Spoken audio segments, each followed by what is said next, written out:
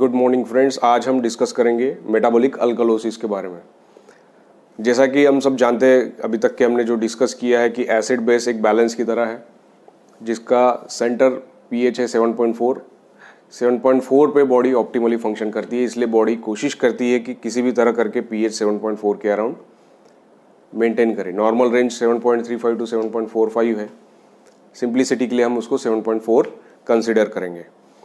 तो जब हम बोलते हैं मेटाबॉलिक अल्कलोसिस, इसका मतलब है कि इस तराजू में SCO3 का परसेंटेज बढ़ गया है, जिसके कारण ये बेसिक की तरफ पीएच शिफ्ट हो गया है।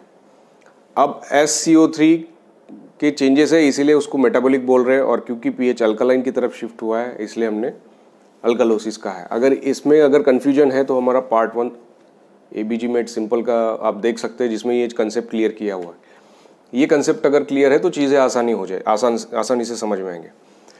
दूसरा हमने समझा था कि जो एसिडिक लिम्ब है उसमें H+ आयन कॉन्सेंट्रेशन डिटरमाइन करता है, और जैसा हमने समझा था कि जब भी H+ आयन बॉडी में जनरेट होता है वो कंबाइन होता है SCO3 से। तो अगर किसी कारण से H+ आयन लॉस हो गया बॉडी से तो भी SCO3 का परसेंटेज बढ़ जाएगा, क्योंकि H+ आयन कंज्यूम नहीं होंगे। H+ आयन जो SCO3 को कंज्यूम कर रहे थे वो ही कम हो गए, तो इस कारण से भी SCO3 का लेवल बढ़ के जो pH है वो अल्कली की तरफ शिफ्ट हो जाएगा। अब इसको बैलेंस करने के लिए बॉडी क्या करेगी? बॉडी कोशिश करेगी कि ज़्यादा से ज़्यादा CO2 बॉडी में रिटेन रहे, ताकि ये बैलेंस फिर से अपनी जगह पे आ जाए। तो इसको CO2 का लेवल बढ़ाने के लिए बॉडी स्लो ब्रीथ करते हैं, है ना। बॉडी सिग्नल भेजती है कि हमको स्लोली ब्रीथ करना है ताकि CO2 रिटेन रहे, और CO2 थोड़ा रिटेन करके ये लिम्ब को बैलेंस किया जाता है। तो जैसा हमने समझा, समराइज करने के लिए, अगर SCO3 का परसेंटेज बॉडी में बढ़ता है या फिर H+ आयन का कॉन्सेंट्रेशन बॉडी में कम होता है, तब जाके मेटाबॉलिक अल्कलोसिस होता है। अब ऐसी कौन सी स्थिति है जिसमें HCO3 बढ़ जाएगा? अगर हम इसको रफली डिवाइड करें तो एक, अगर समझो बॉडी में SCO3 का परसेंटेज बाहर से सप्लाई बढ़ गया। फॉर एग्जांपल, अगर सोडा बाइकार्ब पर डोज गलत कैलकुलेट हो गया और ज़्यादा देने में आ गया तो बॉडी में SCO3 का परसेंटेज बढ़ जाएगा। एक होता है milk alkali syndrome. Milk alkali syndrome means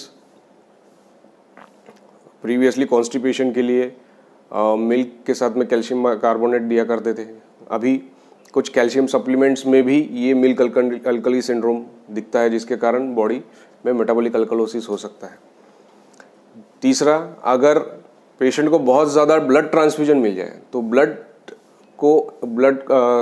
में जो एंटीकोएगुलेंट होता है, जिसको हम साइट्रेट कहते हैं, वो बाद में बाइकार्बोनेट में कन्वर्ट हो जाता है, और इस कारण से भी SCO3 का लेवल बढ़ सकता है। ये तो हो गया बाहर से जब हम बाइकार्बोनेट दिया।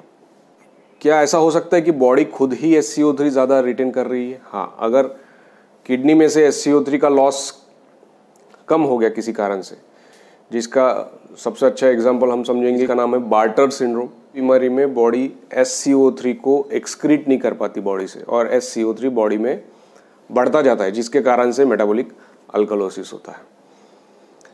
अब जैसा हमने समझा था, अगर H+ भी अगर बॉडी में कम बन रहे हैं, उसके कारण से भी मेटाबॉलिक अल्कलोसिस हो सकता है। अब H+ कहाँ जाएंगे?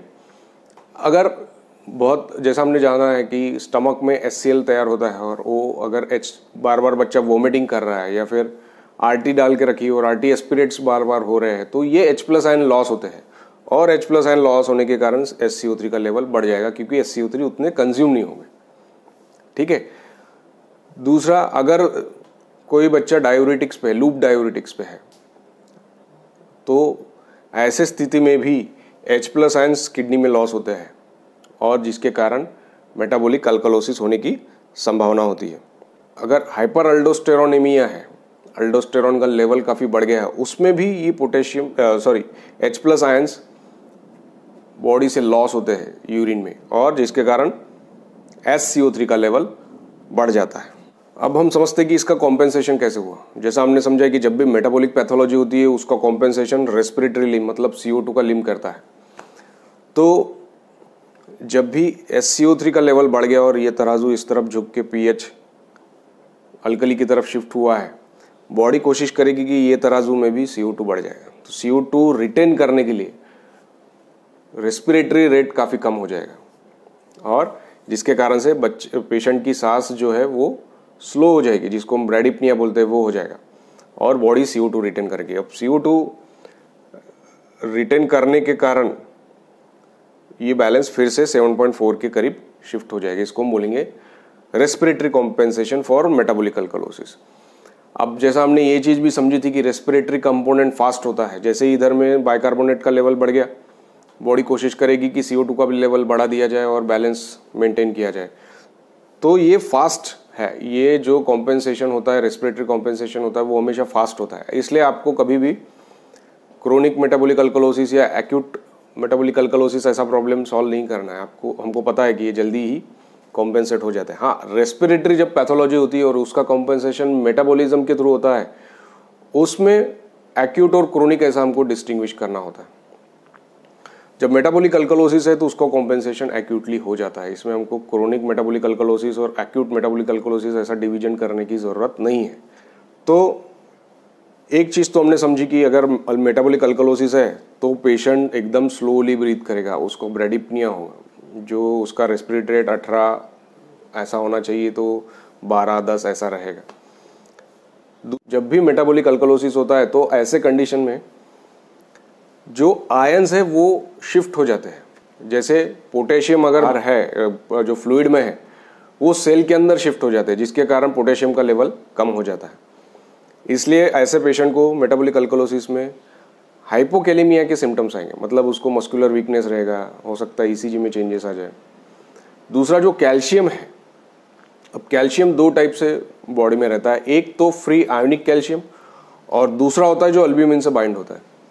तो जब भी अल्कलोसिस होता है, अल्कलाइन pH होता है, तो ज़्यादा से ज़्यादा कैल्शियम अल्ब्यूमिन को बाइंड करता है, जिसके कारण कैल्शियम का लेवल ड्रॉप हो जाता है और हमको हाइपोकैल्सीमिया भी मिल सकता है। तो हमको हाइपोकैलेमिया के कारण एब्डोमिनल डिस्टेंशन मिल सकता है, मस्कुलर वीकनेस मिल सकता है और कैल्शियम कम होने के कारण हमको टिटेनी के भी फीचर्स मिल सकते हैं। तो इस प्रकार से मेटाबॉलिक अल्कलोसिस में आपको ब्रैडिप्निया मिलेगा, हाइपोकैलेमिया के फीचर्स मिलेंगे और हाइपोकैल्सीमिया के फीचर्स मिलेंगे। तो जैसा कि हमने समझा कि इसमें ये सारे फीचर्स रह सकते हैं। अब इसका ट्रीटमेंट कैसा करेंगे? ट्रीटमेंट के लिए हमको अंडरलाइन कॉज को ट्रीट करना है। अगर RT एस्पिरेट बहुत ज़्यादा निकाल रहे हैं तो RT एस्पिरेट करना कम करना पड़ेगा। अगर लूप डायूरेटिक्स चल रहे हैं तो उसको चेंज करना होगा।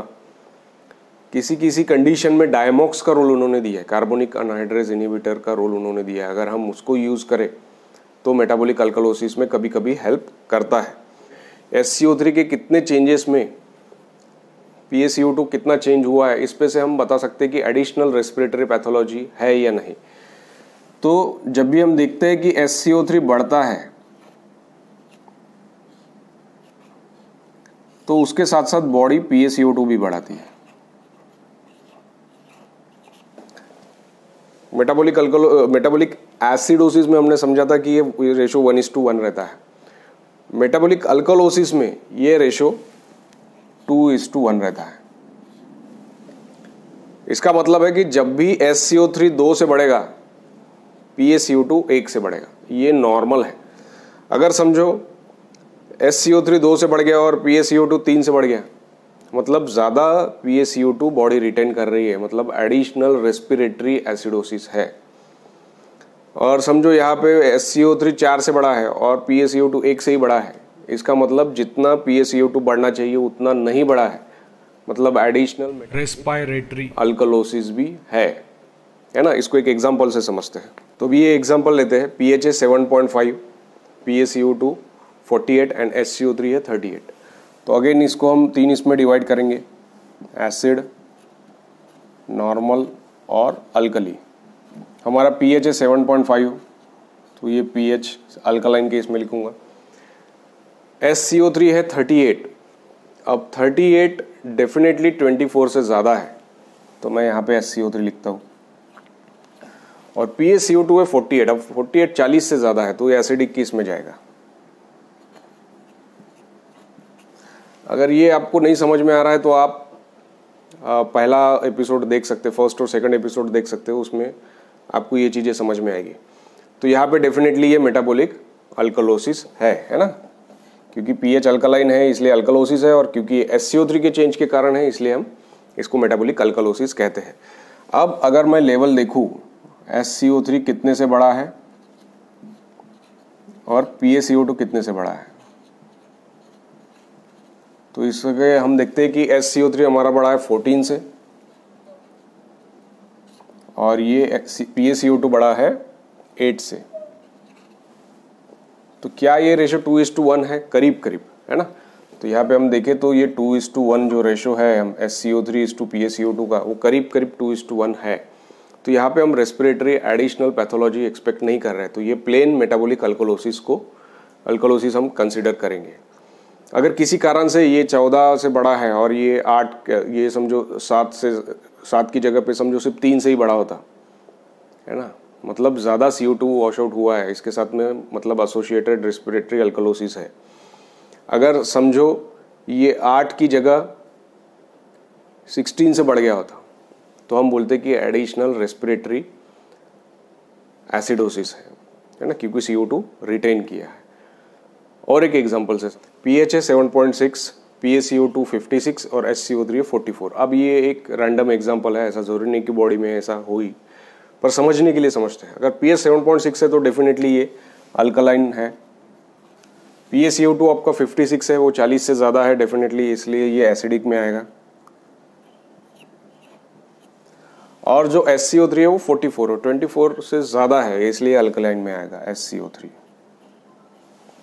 तो हमने यहाँ पे देखा कि pH अल्कलाइन है, इसलिए हम बोलेंगे इसको अल्कलोसिस, और क्योंकि ये SCO3 के चेंजेस के कारण हुआ है इसलिए हम बोलेंगे मेटाबॉलिक अल्कलोसिस। तो ये मेटाबॉलिक अल्कलोसिस है। अब CO2 के चेंजेस SCO3 के चेंजेस के लिए अप्रोप्रिएट है या एडिशनल कुछ रेस्पिरेटरी पैथोलॉजी है या नहीं है, वो हम समझने के लिए देखेंगे कि जो SCO3 जितने परसेंटेज में बड़ा है उतने ही परसेंटेज में PaCO2 भी बड़ा है या नहीं। ये हमने देखा कि नॉर्मली ये मेटाबॉलिक अल्कलोसिस में 2:1 होना चाहिए। तो यहाँ पे हम देखते हैं कि SCO3 बड़ा है 20 से, 24 नॉर्मल रहता है, अभी 44 है मतलब 20 से बड़ा है। और PaCO2 बड़ा है 16 से, क्योंकि नॉर्मली रहता है 40, है ना। तो यहाँ पे अगर हम देखें तो ये रेशो 2:1 मेंटेन नहीं है। जो हमने मेटाबॉलिक अल्कलोसिस में ये रेशो एक्सपेक्ट किया है 2:1, वो मेंटेन नहीं है। यहाँ पे 20:16 है। तो अगर हम देखें तो यहाँ पे PaCO2 सिर्फ 10 से इंक्रीज होना चाहिए था, वो 10 की जगह 16 से इंक्रीज हुआ है, मतलब +6 ज़्यादा हुए हैं। तो ये इसमें एडिशनल रेस्पिरेटरी एसिडोसिस भी है। क्यों? क्योंकि PaCO2 ज़्यादा रिटेन हुआ है जितना एक्सपेक्टेड है उससे। तो इसका डायग्नोसिस पूरा होगा metabolic alkalosis plus respiratory acidosis. ठीक है। तो ये हमको इस तरीके से additional mix acid base disorder है या नहीं वो समझने के लिए इस तरह की कैलकुलेशन हमको करना होता है। Thank you.